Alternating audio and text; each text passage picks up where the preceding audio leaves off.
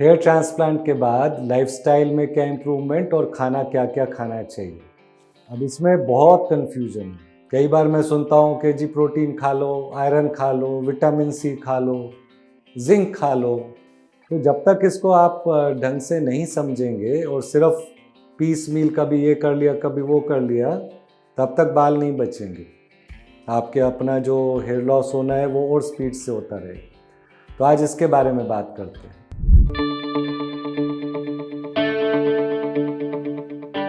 मैं doctor Arvind Poswal, doctor S clinic, Delhi, India से। तो देखिए, अब आपने हेयर ट्रांसप्लांट करा लिया। इससे पहले तो जो हुआ लाइफस्टाइल का, खाने का, उसका तो खैर बाद में डिस्कस करें। लेकिन अभी आगे क्या खाएंगे, तो इसमें ऐसे नहीं करना कि ब्लाइंडली कोई भी प्रोटीन खाने लग जाएंगे। अब कई प्रोटीन ऐसे होते हैं। अब आप अगर एक चिकन खाते हो ब्रॉयलर, जैसे मैं पेशेंट्स को मना करता हूँ, एक ऐसा जानवर जिसको बचपन से, पैदा होने से पिंजरे में रखा हुआ है, उसको सिर्फ दाना डालते हैं, उसमें भी कई बार केमिकल होता है, आज तक उसने एक्सरसाइज नहीं की अपनी टांगों की, और आप उसका लेग पीस खा के खुश होते हैं कि ये प्रोटीन मिल गया। ऐसा फ़ायदा नहीं होता है ऐसे प्रोटीन का। ये अंदर जाके इसमें टॉक्सिन्स ही ज़्यादा बने होंगे जो कि नुकसान करेंगे आपको। प्रोटीन ही खाना है, नॉनवेज खाना है तो ज़रूर खाइए, लेकिन जानवर ऐसा होना चाहिए जो आपको फ़ायदा करे और जो कम से कम फ्री घूमता हो। तो इसमें आता है, सबसे अच्छा रहता है कि फ़िश खाओ। अगर आप नॉनवेज खाते हो, रेगुलरली में खाते हो, खुद देखो जापान में, केरला में, बंगाल में, इटली में कितने बढ़िया बाल होते हैं। इतना फ़िश खाओगे तो उसमें ओमेगा होता है, प्रोटीन तो होता ही होता है।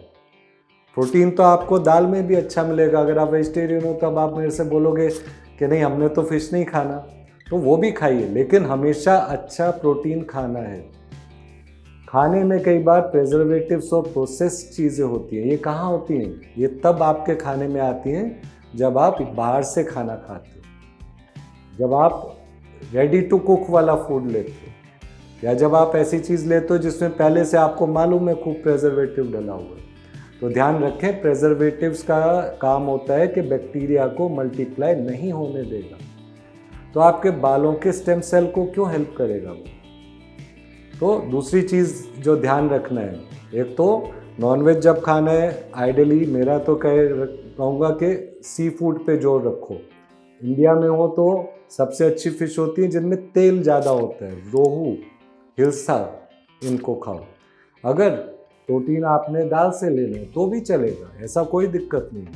लेकिन हाँ, एनिमल प्रोटीन थोड़ा ज़्यादा फ़ायदा करता है, थोड़ा आसानी करता है, जब तक कि वो सब चीज़ें घर में बनी होनी चाहिए। सेकंड, विटामिन की तो कमी होना ही नहीं चाहिए।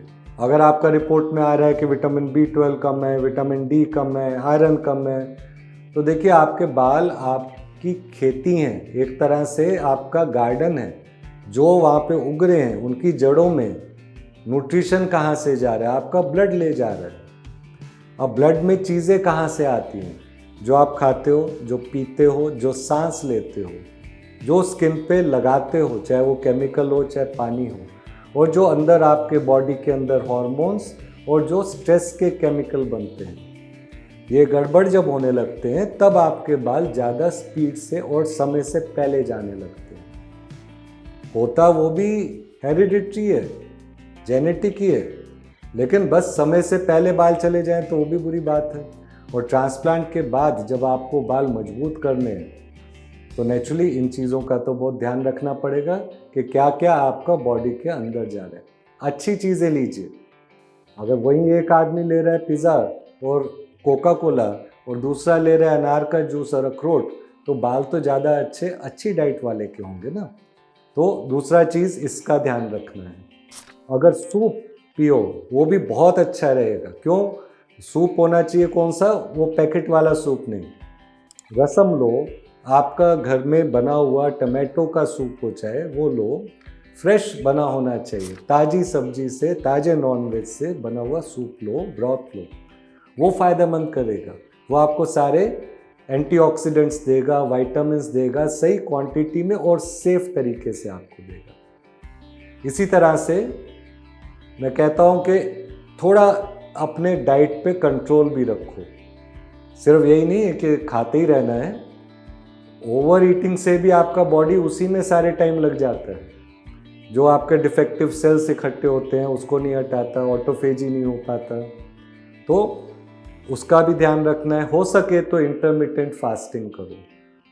तो इन सब चीज़ों को तो करोगे ही आप। अब नेक्स्ट चीज़ आती है कि सैलेड ज़्यादा खाओ, फ्रेश चीज़ें हमेशा लो, सैलेड काटो, फ्रूट काटो। सैलेड में कौन सी 3 चीज़ें बहुत अच्छी होती हैं?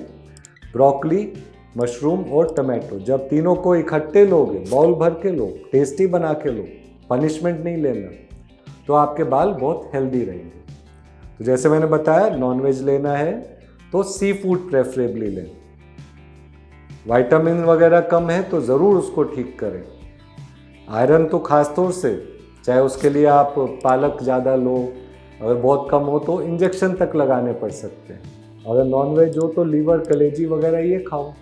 इस सब चीज़ों से अपना जो बालों को रिक्वायरमेंट है वो तो पूरा करना ज़रूरी है।